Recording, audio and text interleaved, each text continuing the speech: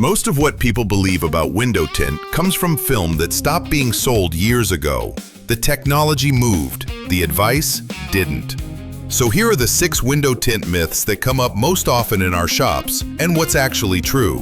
One of them is the reason a lot of cars end up with tint that looks incredible and does almost nothing. Darker tint does not automatically block more heat.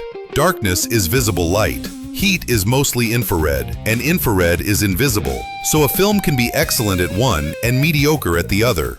That's the whole reason a 5% dyed film can leave a cabin hotter than a 50% ceramic. The ceramic is doing work on the infrared side that the dark film was never built to do. Darker does not mean cooler. So when you're comparing options, ask for the film's infrared rejection number. If nobody can give you one, that answers a different question. Tint is legal. What the law regulates is how dark you can go and which windows you can do it to, and those rules change depending on where you live. Front side windows are usually held to a stricter standard than the rear. Windshields are typically limited to a strip along the top. Beyond that, the specifics really are local, so check the rules where you drive. The practical version is that there's a legal option everywhere, and it's usually close to what you wanted anyway.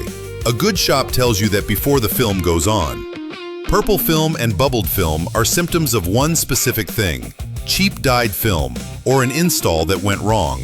Dyed film puts color into a layer that sunlight slowly breaks down. Give it a few hot summers and the dye gives out. The color drifts toward purple, the adhesive starts letting go, and you get that rippled look across the back glass. Quality ceramic film doesn't fail that way because the color isn't a dye waiting to bleach. That difference is really what a film's warranty is describing. Ask what yours covers. Quality film at a sensible level keeps your sightlines clear after dark. Trouble shows up when several things stack. Very dark film on the front doors, older headlights, and a driver whose night vision has changed. The film itself matters too. Good ceramic is optically clear, so what you give up is a little brightness rather than sharpness. Cheap film scatters light, and that scatter puts a halo around oncoming headlights. That halo is what people are describing when they say tint made night driving worse. So if you spend real time on unlit roads, say so when you're choosing a percentage. It changes the recommendation. Ceramic film does not interfere with your signal, but the myth came from somewhere real. Older metalized films used a fine metal layer to reflect heat, and metal blocks radio waves. Those films could genuinely interfere with cell service, GPS, radio reception, keyless entry, and tire pressure sensors. Ceramic replaced that approach. The ceramic particles handling the infrared aren't conductive, so there's nothing in the film for a signal to fight. That holds on newer vehicles with antennas and sensors built into the glass too. You can, and on a lot of vehicles, it's the upgrade that changes the most. Factory privacy glass is dyed in the glass itself, and it was designed for privacy.